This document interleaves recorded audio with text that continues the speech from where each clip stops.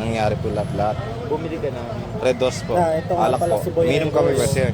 Bali yung tatlo kong kasama, naiwan sa barracks po, nagiinuman po kami. Sabi nila, bibili pa daw ako. Di bumili po ako noon. Nung paglabas ko, okay naman po yung building, wala pa man nangyayari.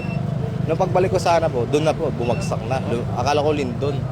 So, papasok ka na sana no? Hindi, nandun po sa tindahan ko. Biglang bumagsak. Oo. Bigla. Magandang gabi po. Ano po ba talaga itong kwento sa likod ng inyong statement? Sir, totoo niya, sir. Nagpanggap lang po kami para makakuha ng ayuda, sir. Opo. Basta yun, sir. Nakakuha po ako ng ayuda, sir. Binigyan po ako ng DSWD 10,000 po, sir. Magkano ho? 10,000? 10,000 po.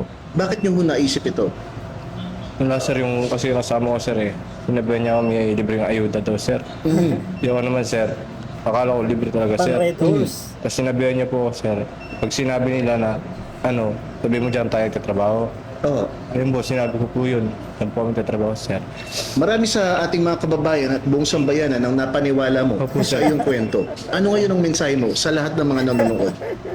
Sana po magpasensya po niyo ako. Matapatawad niyo po ako sa lahat ng ginawa ko sa lahat. Tapos yung may mga pamilya dyan po. Sana po patawad niyo po. Taga saan ho ba kayo? Wala, may hila pa po. Maynila pa ho? Ano po? Ano hong plano ho nyo ngayon? Ibabalik nyo ho ba yung 10,000? Opo, sir. Sana para makalayan na ako, sir. Mhm. Babay ko na lang po yung 10,000, sir. Oo. Kayo po ba'y talagang bumili ng Red Horse? O ito'y kwento Hindi nyo lang po, lamang? kwento lang ako, sir. Maraming salamat sa'yo. Yung